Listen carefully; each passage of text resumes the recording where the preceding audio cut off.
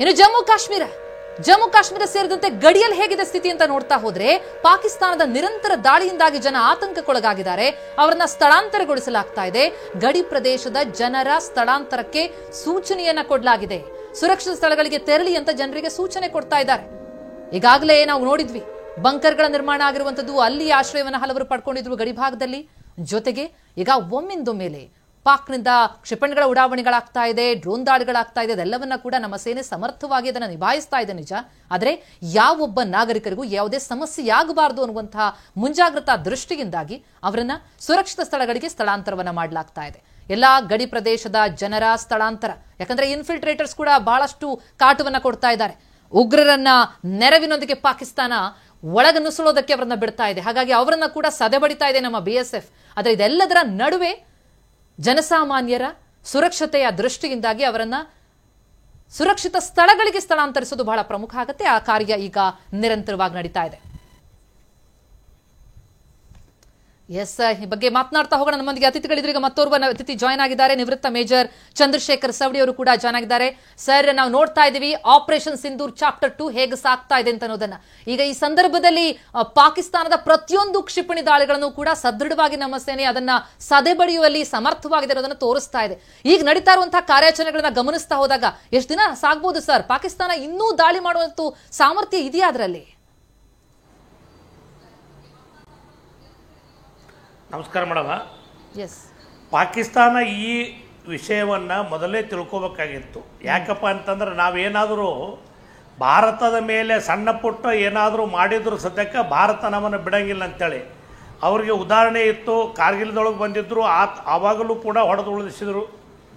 ಪುಲ್ವಾಮಾ ದಾಳಿ ಆಯಿತು, ಆ ಸಮಯದಲ್ಲೂ ಕೂಡ ಪಾಕಿಸ್ತಾನ ಹೀನಾಯ ಒಂದು ಸೋಲನ್ನು, ಯಾಕಂದ್ರೆ ಏರ್ ಸ್ಟ್ರೈಕ್ ಮಾಡಿ ಅಲ್ಲಿರ್ತಕ್ಕಂಥ ಎಲ್ಲ ಉಗ್ರರ ನೆಲೆಗಳನ್ನು ದ್ವಂದ್ವ ಮಾಡಿತ್ತು.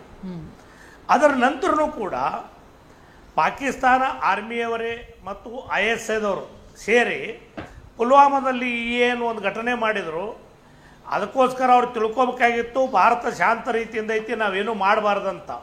ಪುಲ್ವಾಮಾದೊಳಗೆ ಮಾಡಿದ್ದಕ್ಕೆ ಇದೊಂದು ಪ್ರತ್ಯುತ್ತರ ಅವರಿಗೆ.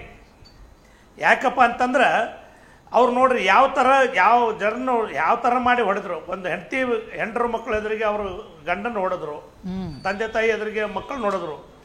ಇದು ಏನು ಸದ್ಯಕ್ಕೆ ಯುದ್ಧ ಶುರುವಾಗೈತಿ, ಇದು ನಿರಂತರವಾಗಿ ನಡೀತೈತಿ, ನಡೆಯಲೇಬೇಕು.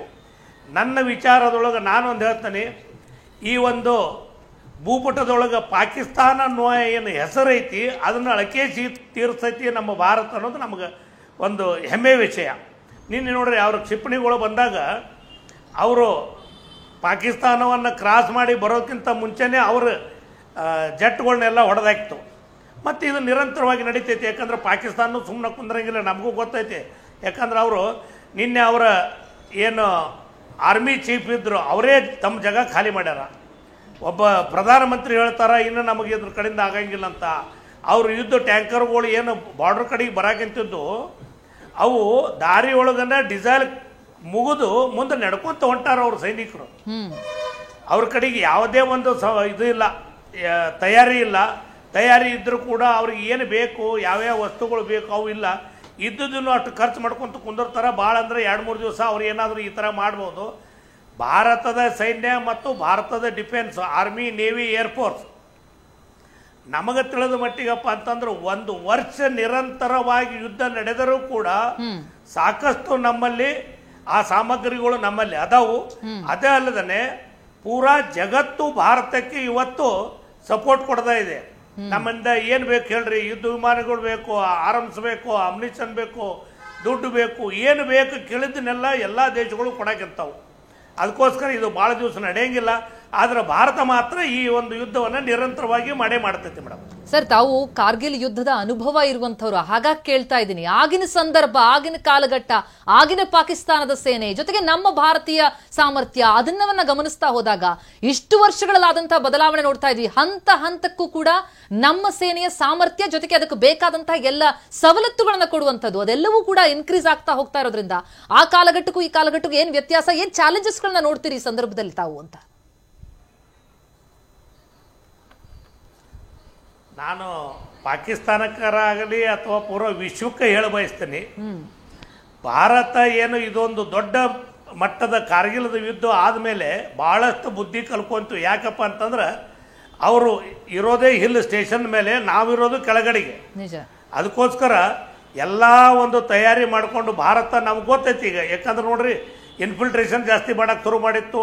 ಆ ನಂತರ ಉಗ್ರವಾದಿಗಳನ್ನು ಕಸಬನಂತವ್ರನ್ನ ಒಳಗೆ ಕಳಿಸಿ ಈ ಥರ ಒಂದು ಕಾರ್ಯಾಚರಣೆ ಮಾಡ್ತಿತ್ತು. ಅದಕ್ಕೋಸ್ಕರ ಭಾರತ ಸೈನ್ಯ, ಭಾರತದ ಡಿಫೆನ್ಸ್ ಯಾವಾಗಲೂ ಪಾಕಿಸ್ತಾನ ಮುಂದೆ ಬಂದರೆ ಅಕಸ್ಮಾತು ಅದನ್ನು ನಾವು ಭೂಪಟದೊಳಗನೆ ಇರೋಕ್ಕೆ ಕೊಡೋಂಗಿಲ್ಲ, ಅದರ ಹೆಸರೇ ಅಳಕಿಸ್ಬಿಡ್ತೀವಿ ಅಂತ ಎಲ್ಲ ಈ ಥರದ ತಯಾರಿಗಳನ್ನು ಭಾರತ ಯಾವಾಗಲೂ ಮಾಡ್ಕೊತ ಬಂದೈತಿ, ಮಾಡೇ ಮಾಡ್ತೈತಿ.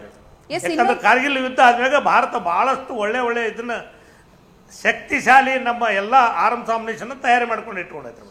ಎಸ್ ಚಂದ್ರಶೇಖರ್ ಸವಡಿ ಅವರೇ, ಈಗ ಮತ್ತೊಂದು ಕ್ವಶನ್. ಈಗ ಇಷ್ಟೆಲ್ಲ ಆಗ್ತಾ ಇದೆ, ಪಾಕಿಸ್ತಾನವನ್ನ ಹೇಳ ಹೆಸರಿಲ್ಲದಂತೆ ಮಾಡಬೇಕು ಅನ್ನೋದು ಪ್ರತಿಯೊಬ್ಬ ಭಾರತೀಯ ಪ್ರಜೆಯ ಆಗ್ರಹ. ಅದರ ಜೊತೆಗೆ ಈಗ ಪಾಕ್ ಆಕ್ರಮಿತ ಕಾಶ್ಮೀರ ಇದೆಯಲ್ಲ, POKಯನ್ನ ಕೂಡ ನಮ್ಮ ಸುಪರ್ದಿಗೆ ತೆಗೆದುಕೊಳ್ಳೋದಕ್ಕೆ ಇದು ಸುಸಂದರ್ಭ ಅನ್ನೋ ಮಾತುಗಳು ಕೂಡ ಕೇಳಿ ಬರ್ತಾ ಇದೆ. ಇದನ್ನ ಹೇಗೆ ವಿಶ್ಲೇಷಣೆ ಮಾಡ್ತೀರಿ?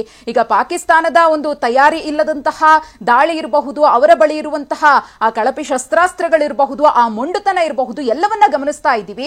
ಇದೆಲ್ಲವೂ ಕೂಡ ಭಾರತಕ್ಕೆ ಪ್ಲಸ್ ಆಗಿ ಆ POK ನಮ್ಮ ವಶವಾದ್ರೆ ಹೇಗೆ ಅನ್ನೋ ಪ್ರಶ್ನೆಗಳು ಮತ್ತು ಚರ್ಚೆಗಳು ಕೂಡ ನಡೀತಿದೆ ನೋಡಿ. ಮೇಡಮ್, ಪಾಕ್ ಆಕ್ರಮಿತ ಕಾಶ್ಮೀರ ಏನೈತಿ ಅದು ಪಾಕಿಸ್ತಾನದ್ದಲ್ಲ, ಭಾರತದ್ದೇ, ಹಿಂದೂಸ್ತಾನದ್ದೇ ಅದು ಕಾಶ್ಮೀರ. ಅದನ್ನ ಯಾವುದೇ ಒಂದು ಟೈಮ್ದೊಳಗ ನಮ್ಮ ನಾಯಕರು, ನಾ ಯಾರ್ದು ಹೆಸರು ತಗೊಳಂಗಿಲ್ಲ, ಈ ಟೈಮ್ದೊಳಗ ಅದನ್ನ ಪಾಕಿಸ್ತಾನಕ್ಕೆ ಬಿಟ್ಟು ಕೊಟ್ಟಿದ್ರು, ಅವರು ವಶಪಡಿಸ್ಕೊಂಡಿದ್ರು. ಆದ್ರೆ ನಮ್ಮದು ಏನು ಹಳೆಯ ಒಂದು ನಕ್ಷೆ ಐತಿ, ಭಾರತದ ನಕಾಶ ಅಥವಾ ಹಿಂದೂಸ್ತಾನದ ನಕಾಶ, ಅದು ಏನು ಮೇಲ್ಗಡೆ ಇರ್ತಕ್ಕಂಥ ಒಂದು ಮಾರ್ಕ್ ಐತಿ, ಅದು ಭಾರತದ್ದೇ, ಪಾಕ್ ಆಕ್ರಮಿತ ಇದು ಕಾಶ್ಮೀರ.